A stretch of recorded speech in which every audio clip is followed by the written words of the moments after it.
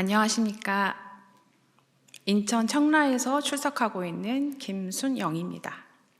저는 현재 남편 김무중 형제, 그리고 고등학교 1학년 김선우, 중학교 2학년 김선율 두 아들과 23년 12월부터 교회에 출석하고 있습니다. 지난 9월 25일 오후 7시 1분 한 형제님으로부터 오늘 이 자리에 대한 메시지를 받게 됩니다. 그때 놀라서 내려앉았던 제 심장은 아직도 올라오지 않고 있습니다. 이후 약 3개월의 시간 동안 지나왔던 날들 돌아보며 어떻게 하나님께서 저를 이곳까지 이끄셨는지, 얼마나 사랑하시는지 깨닫는 소중한 시간이 될 수 있었습니다.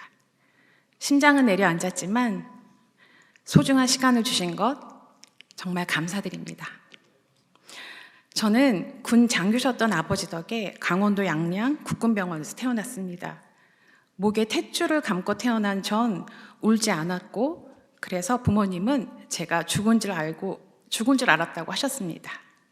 하지만 의료진의 도움으로 살 수 있었고, 모든 역사가 하나님의 주권 아래 있듯 저의 시간도 그렇게 하나님의 주권 속에 시작하게 됩니다. 어린 시절 철저한 무신론자셨던 아버지는 교회 다니는 사람은 겉과 속이 다르다고 하시며 교회에 대한 거부감이 무척 크셨습니다.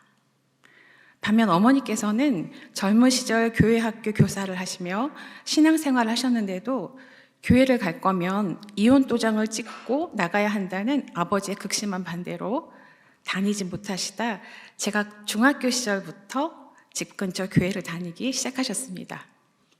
제가 목소리를 원래 떨지 않는데요, 성도님의 위력은 놀랐습니다.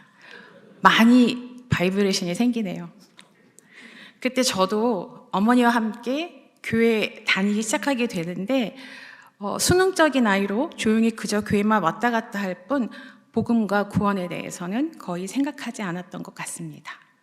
그러던 제가 복음에 대해 생각해 보게 된 것은 고등학교 때 젊은 나이 세상을 떠난 가까운 친척분의 죽음을 맞닥뜨리면서부터입니다.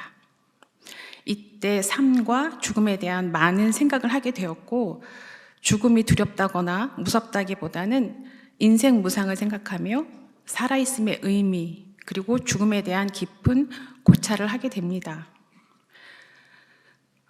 당시 서울은 고교 평준화로 집 가까이에 있는 학교를 배정받아 다니게 되었는데요. 제가 다니게 된 곳이 집 근처 미션 스쿨인 영락고등학교였고, 매주 채플과 성경 과목이 있어 말씀을 다녔던 교회에서보다 더 깊게 배우는 계기가 됩니다.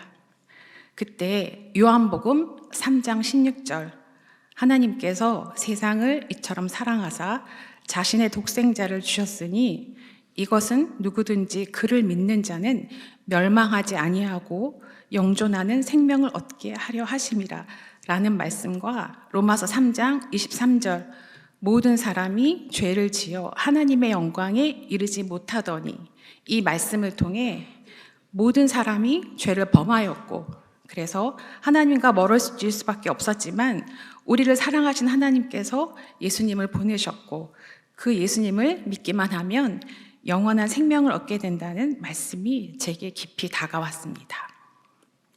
이 말씀 속에서 죽음이 끝이 아니며 죽음 이후 멸망의 시간을 갖지 않을 수 있음을 깨닫게 됩니다. 그렇지만 이후 제가 하나님 앞에 죄인임을 인정하는 것은 사회적인 도덕적 잣대에 길들여진 저에게 처음엔 이해되지 않는 부분이었습니다.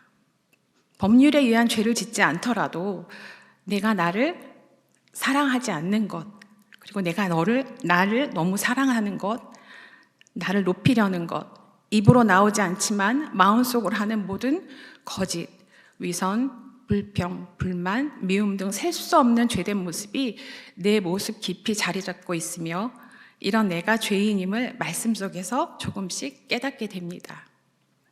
말씀을 읽는데 내가 죄인이 아니라고 하는 것은 어쩌면 어불성설일 것입니다. 이후 말씀에 대해 더 알고 싶었지만 제가 다녔던 교회에서는 쉽지 않았습니다.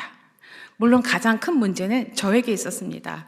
바로 저의 생각의 게으름이 문제였습니다. 예를 들어 개역개정 성경 구절에 뜬금없이 없음이 있는 것을 보고 왜 없지? 라고 생각은 하면서도 마땅한 이유가 있겠지. 나보다 더 똑똑하신 분들이 쓴 것이니 그럴 이유가 분명히 있을 것이라 생각을 하며 넘겼던 것을 보면 생각의 게으름이 맞습니다. 둘째는 교회와 교회 안에서의 제 모습이 문제였습니다. 대학교 1학년부터 교회학교 교사를 시작으로 정말 많은 일들을 하며 마태복음 10장 38절에서 42절에 나오는 마르다처럼 무엇이 중요한지 알지 못하고 그저 열심히 일을 하고 봉사하는 것이 신앙이라는 착각 속에 주일은 기쁨이 아닌 출근의 연속 같았습니다. 또한 교회 학교 교사를 하며 성경적 지식의 한계를 느낀 저는 성경 말씀을 읽고 신앙 서적을 찾아보지만 여전히 이해되지 않는 부분들이 너무 많았고 특히 구약과 요한계시록은 너무나 어렵게 다가왔습니다.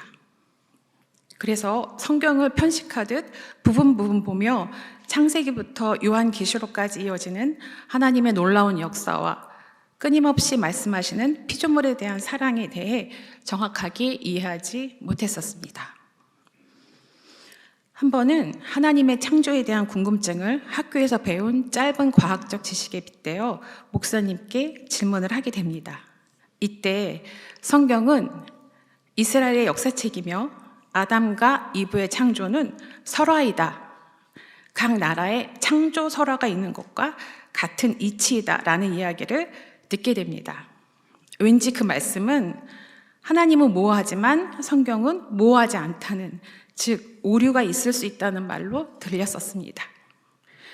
디모데후서 3장 16절 모든 성경 기록은 하나님의 영감에 의해 주어진 것으로 교리와 책망과 바로잡음과 의로 교육하기에 유익하니 라고 되어 있는데 하나님이 모호하시다면 하나님의 영감에 의해 주어진 말씀 또한 모호하다는 것이 맞다고 생각한 저에게는 충격이었습니다. 그저 한 교육자의 의견일 수 있지만 그런 생각을 하는 분이 하시는 설교를 듣는 건 힘든 일이었습니다. 제겐 방언도 큰 숙제였습니다. 믿음의 척도로 여겨졌던 방언을 하지 못했던 전 왜 꼭 큰 소리로 기도해야 하는지 이해가 되지 않았습니다. 한 번은 청년부 수련회 기도회에서 조용히 고개만 숙인 채 기도하던 제가 안쓰러웠는지 건장한 남자 청년이 제 뒤로 다가와 등을 3번 두드리며 주여 삼창을 합니다. 그때 제 입에선 방언 대신 아픔의 탄식만 나왔었습니다. 이런 여러 가지 이유로 교회를 나온 저는 새로운 교회를 찾아 이곳저곳에서 예배를 드리게 됩니다. 그렇지만 한 곳에 정착하여 다니는 것이 어려웠고 결국 교회 찾는 것을 포기한 저는 내가 곧 교회이고 구원받았으니 꼭 교회 안 가도 된다는 위험한 생각을 하며 혼자 예배를 드릴 수 있다는 착각에 빠지게 됩니다.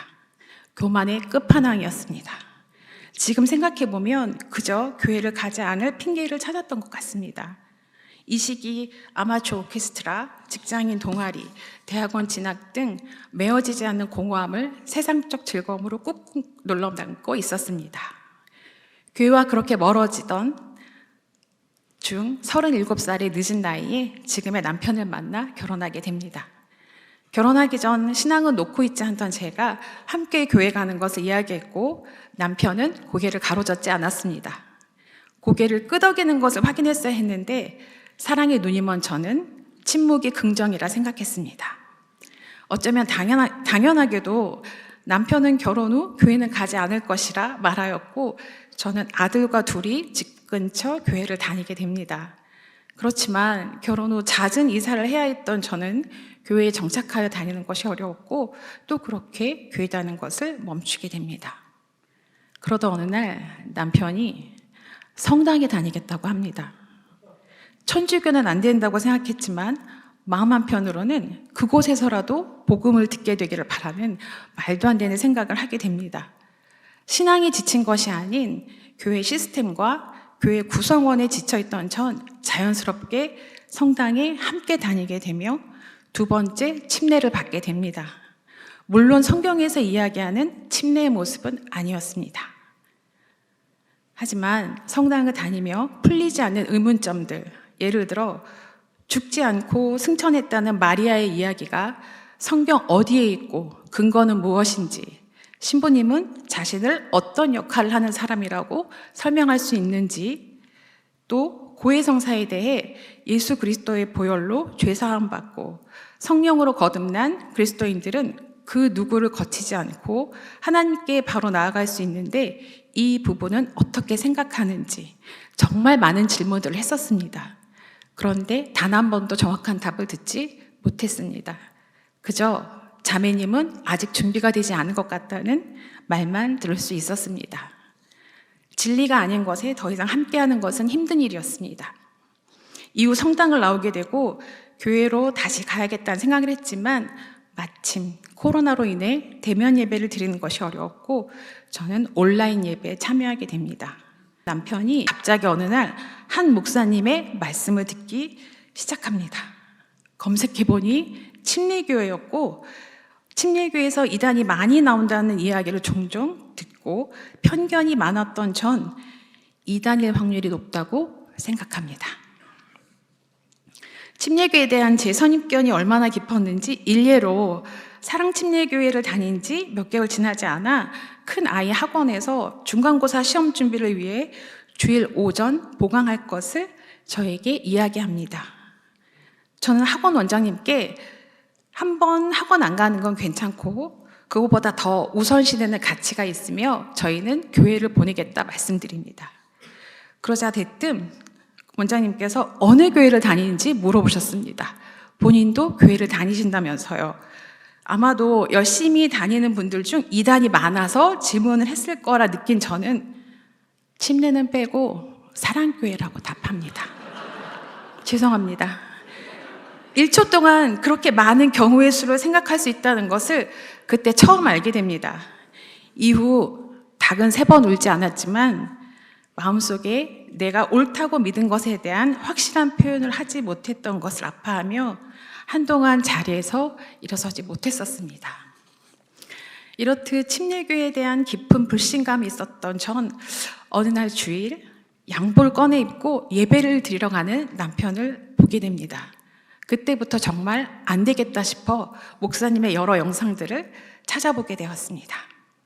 아는 것이 가장 중요하다로 시작되는 40선에는 제가 궁금해하던 내용들, 기존 교회에서 알려주지 않았던 것들이 모두 설명되어져 있었습니다. 마치 거울을 통해 희미하게 보이던 것들이 얼굴을 맞댄 것처럼 모든 말씀들이 명확하게 보이는 순간이었습니다. 남편이 사랑침례 교회를 다닌 지 6개월이 지난 2024년 12월 24일 저희가 다음 주에 하는 찬양 예배와 같은 그 예배 드리는 그날 저희 가족 모두 함께 교회를 다니게 됩니다. 교회 다닌 지 6개월 된 남편이 교회 다닌 지 수십 년 된 저를 바른 길로 인도한 것입니다. 얼마나 오랜 시간 교회를 다녔고 신앙생활을 했는지는 정말 하나도 자랑할 것이 없음을 저희 부부를 통해서도 알 수 있을 것입니다. 교회 미디어 사역의 열매가 저희 집에 주렁주렁 열려 있습니다. 누가복음 15장 7절 내가 너희에게 이르노니 이와 같이 하늘에서는 회개할 필요가 없는 의로운 99사람보다 회개하는 한 죄인으로 인해 기쁨이 더 있으리라 하신 말씀처럼 교회에서 하는 미디어 사역을 통해 복음을 듣고 돌이켜 예수님을 구원의 주로 모신 사람이 저희 집에서 식구들과 같이 단 한 명만 있다 할지라도 그것은 돈과 바꿀 수 없는 큰 가치가 있는 일인 것 같습니다. 사랑침례교회를 다니면서 좋았던 점을 말씀드리겠습니다. 구원의 확신이었습니다. 이전에 구원이 확신이 있는가라는 질문에 늘 주저하며 확실한 답을 하지 못했던 저였습니다. 이미 주어졌지만 확신하지 못했던 것입니다. 예전 제게 구원은 손에 쥔 모래와 같았습니다.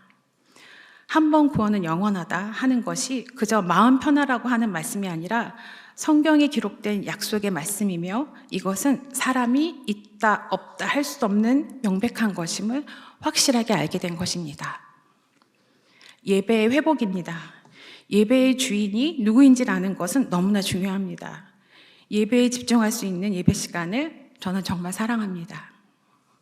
감정을 끌어올리는 음악으로 눈물 콧물 쏟으며 찬양을 하고 나면 큰 물결이 밀려왔다 나간 것 같은 공허함을 느낀 적이 많았던 저는 화려한 사운드는 없지만 예배 시간 부르는 찬송가를 통해 찬양의 기쁨을 알게 됩니다.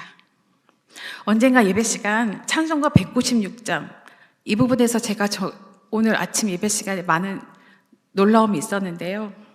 찬송가 196장 눈을 들어 하늘 보라 어지러운 세상 중에 곳곳마다 상한 영의 탄식 소리 들려온다는 찬송을 부르며 많은 눈물을 흘렸던 적이 있었습니다.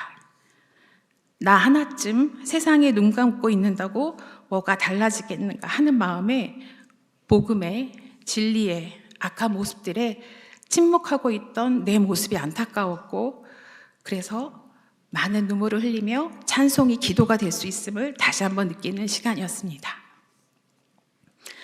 찬양과 기도와 말씀으로 온전히 하나님께만 집중하여 드려지는 예배를 통해 예배의 의미를 다시 한번 깨닫게 되었고 내가 피조물임을 인정한다면 창조주 하나님께 영과 혼을 다해 예배드리는 것은 마땅한 일임을 알게 됩니다. 교제의 회복입니다. 먼저 가족 간의 교제입니다. 교회를 가야 한다는 아빠의 말에 싫었음에도 지금까지 부모로서 좋은 지침을 보여준 것을 잘 알고 있기에 두 아들이 함께 교회에 나오게 됩니다. 이것은 아버지의 권위가 선한 영향력에 대해 나타난 좋은 예인 것 같습니다. 짧은 남편 자랑이었습니다. 중고등학교 다니는 두 아들과 예배 후 함께 점심 식사를 하고 차를 마시며 교제 시간을 가질 수 있었고 교회 출석 후 계속되었던 목사님의 에베소서 강해와 추천해 주시는 책 등을 통해 성화를 이루기 위해 노력하고 있으며 이 노력이 가족의 교제를 회복하는 데 많은 도움이 되고 있습니다. 내 부족함을 가장 잘 알고 있는 가족과의 교제가 어려운 건 맞는 것 같습니다. 그렇지만 모든 답은 성경에 있음을 알기에 말씀으로 지금도 그 답을 찾아가고 있습니다. 다음으로 성도와의 교제입니다. 지향하는 것이 같은 성도들과 삶을 나누는 것은 소중하고 귀한 부분이라고 생각합니다. 이 부분 교회의 좋았던 점과 어려웠던 점이 맞닿아 있는 것이기도 한데요. 지금은 여러 자매님들과 교제를 하고 있지만 처음 교회에 왔을 때 어떻게 누구와 교제해야 할지 먼저 다가가지 못하는 소극적인 성격인 저는 그저 335 모여서 교제하는 분들을 부러운 눈으로 바라보기만 할 뿐이었습니다. 그렇지만 교회에 의도하지 않은 무관심 속에서 저희는 온전히 교회에 집중하며 알아보는 시간을 가질 수 있었고 이것 또한 무척 값진 시간이었습니다. 오히려 사랑침례교회에 대해 확실히 알고 나누 시작한 교회는 더 귀하고 가치 있게 다가왔습니다. 안다고 믿었던 것을 넘어 진짜 알게 된 것입니다. 아는 만큼 보인다고 하는데 지금까지 저는 장님 코끼리 만지듯 부분 알며 코끼리를 안다고 하는 것과 똑같았습니다. 하나님의 창조, 휴거, 천년왕국, 참된 신약교회는 어떤 모습이어야 하는지에 대해 안다고 생각하고 있었습니다. 이런 제게 목사님이 남기신 영상들은 정확한 알을 주는 좋은 교재가 되었습니다. 참된 진리를 아는 것, 이것은 사랑침례교회에서 얻은 무엇과도 바꿀 수 없는 가장 값진 것입니다. 지금은 여러 자매님들의 도움으로 교회에서 월요일마다 보내주시는 퀴즈를 풀며 또 말씀 위에 더 견고히 서도록 노력하고 있습니다. 지금 이 시간을 준비하면서 지내온 길을 돌아보니 하나님께서는 단 한순간도 저를 놓지 않으셨고 의의 길, 승리의 길에 설 수 있도록 인도하셨습니다. 저는 목사님의 팬은 아닙니다. 안티팬은 더더욱 아닙니다. 성경에 근거한 신약교회를 추구함에 전적으로 동의하며 함께할 뿐입니다. 제 두 아들이 바른 신앙을 가질 수 있는 교회를 다닐 수 있도록 한 것은 저희 부부가 아이들에게 줄 수 있는 가장 큰 선물이라고 생각합니다. 그 선물을 준비해 주시기 위해 고민하고 노력해 주시는 목사님과 또 많은 분들께 진심으로 감사의 마음을 전하며 마치고자 합니다. 감사합니다.